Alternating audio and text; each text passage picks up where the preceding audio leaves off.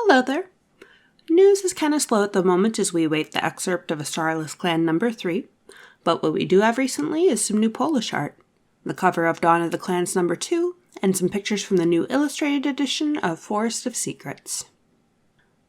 So first, to recap content from the official site, they announced the winners of the Hidden Prophecy short story competition. Vicky talked about some ideas that came up with various stories that she read through. They posted the winners at the bottom of the article, and there's a video of her reading the winning entries. Remember that the names of the winners will be in the dedication of the new edition of the Ultimate Guide that comes out in October. There were also several articles on the site this time. One of them is a listicle about 5 of Graystripe's funny moments as an apprentice. The next discusses kitty pets, the benefits and drawbacks of kitty pet life, and the clan's viewpoint on them. And the third is more relevant to the current books. It discusses the history of cats who have switched clans in the past, as well as the recent code change allowing them to do so.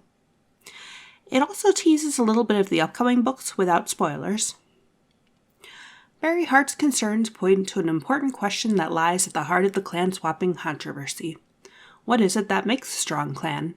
Is it a group of cats with a shared history, linked by ancestry and determined by birth? Or is it a group of cats who are united in what they stand for, and who choose to care for one another like family? If a cat changes clans, is it a surface change, or does it truly change in their heart? Sunbeam, Nightheart, and Frostpaw may think they know the answers to these questions, but over the course of the next few books, those beliefs will be tested. One poll this time also followed that theme, asking about which cats you think would have switched clans if the rule was around in their day.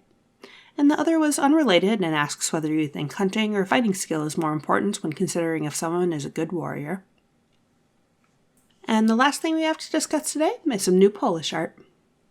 The cover of Dawn of the Clans number 2 was revealed, presumably illustrated by Johanna Tarkala like the other recent Polish covers, though the full illustration hasn't been posted yet.